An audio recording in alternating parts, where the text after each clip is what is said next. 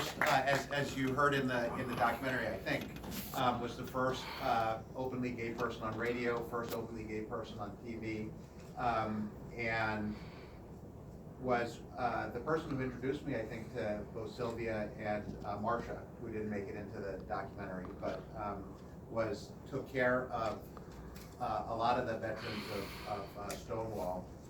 They lived at his house, they worked at his lighting store, and is really an unsung hero, both in the big picture of being this incredible historic figure and also just caring for people all his life.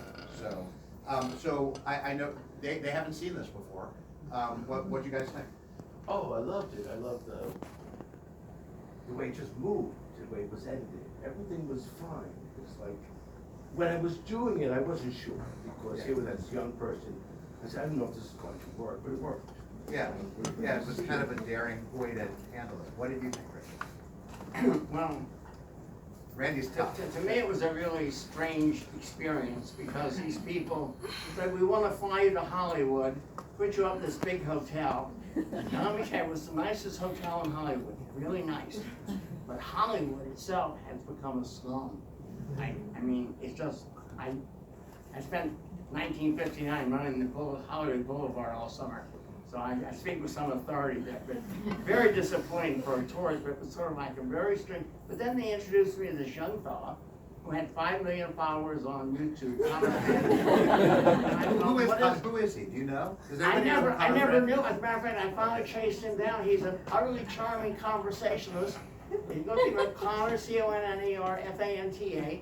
He does have 4 million followers. He puts up a video and he has 142,000 views. And he's selling product lines. I mean, he's now getting old, though. You know, he's getting nearly 30. Really old. Of course, when I saw myself in that picture, I remember them calling me a living fossil of the gay liberation movement in some German newspaper 20 years ago.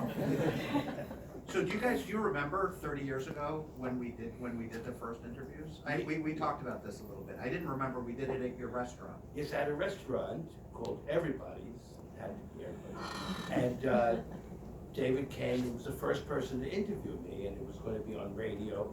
And no one was interested in Stonewall. I wasn't interested in Stonewall. And none of my friends ever asked me a question about it. Maybe they sometimes said it must have been fun, but of course it wasn't fun, and who wanted to go into it? But now, you know, you can see pride has come out of this. It's kind of crazy. It's crazy. Yeah. But it's great. I wonder how did you, so someone must have known you were at Stonewall. How did we find each other? Do you have any idea? Partially, I think, to Thomas Lanigan Schmidt. Oh yeah, sure. And then Bertie Rivera was still alive. Yeah. So the people, So you were part of that gang? I was part of that group. We was Stonewall. We used to hang out on Stonewall. That was our street. Okay. So we were at the Riot because that's no other place we would have been. Right. And Randy, do you remember? No, because you've done so many. No, I do remember, because I remember that in your documentary somehow people started using me as supposedly interpreting that I was anti-Stonewall. I was not, I was anti-violence. But I do want to say something about taking care of others. I don't think I'm going to embarrass you. But Sylvia Rivera worked in my store for many years. But Sylvia Rivera had only 2 people in the world. When push came to shove, she could go for when she needed a little extra money. One of those was you, and the other one was Martin Duperman. And that is one reason I've always had such enormous respect for David, because he did a book called Hanging On, just with eccentric characters all over America. Sylvia Rivera was one of those. It was through Sylvia, and you remember meeting Sylvia through me, I remember meeting you through Sylvia. Yeah. I don't know if his brain is right. But it's amazing, because you hear the same story told over and over, and it's very interesting, because in a way the past is receding, and we are losing those voices and losing those faces and losing that personal touch. I thought this was a very interesting attempt to try to expand that gap. And to me, it's very flattering to see Conner Fanta playing me. Yes, I know, because when I was, it was a great young guy working with me too, and the only time he frowned was when the director said, you know, you two look alike. I feel sorry.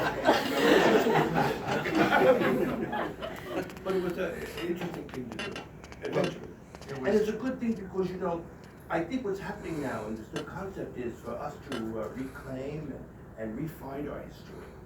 I think we're all ready for it. And history has a muse, and the gays and the muses are almost a marriage.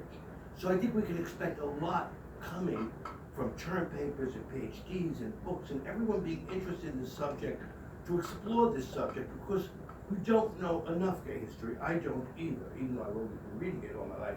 But what is there to read? I think we're going to expand that, and if we keep our eyes and ears open, we can open up. My view is that we're so self-centric in the United States. I mean, somebody was killed in Russia yesterday. I mean, they're having anti-gay areas in Poland. I mean, it's getting worse in India. It's going backward in Hungary. I know I work with the Russian-speaking Americans every year since 2012. And they have a couple sympathetic officials in countries like Latvia or Chechnya that enable them to get people that are literally going to be killed out of those countries and get them to Europe and also to the United States. They literally have a rainbow. We have a rainbow underground going now in the world, but it's not enough. And I think we Americans are just so self-satisfied and too focused on the Stonewall story when the battle really now is over there. And we Americans have always been the country that the world looked to need. I think it's time that the gay people in this country and the straight people in this country stood up and fought for human rights, especially women's rights and gay rights all over the world. Because that's really where the future of humanity stands. Because if we don't free women in the Middle East and they stop being the property of men, there's no hope for our society. We'll die of overpopulation and religious war. I'm sorry to go off on a deep end, but I'm still wound up.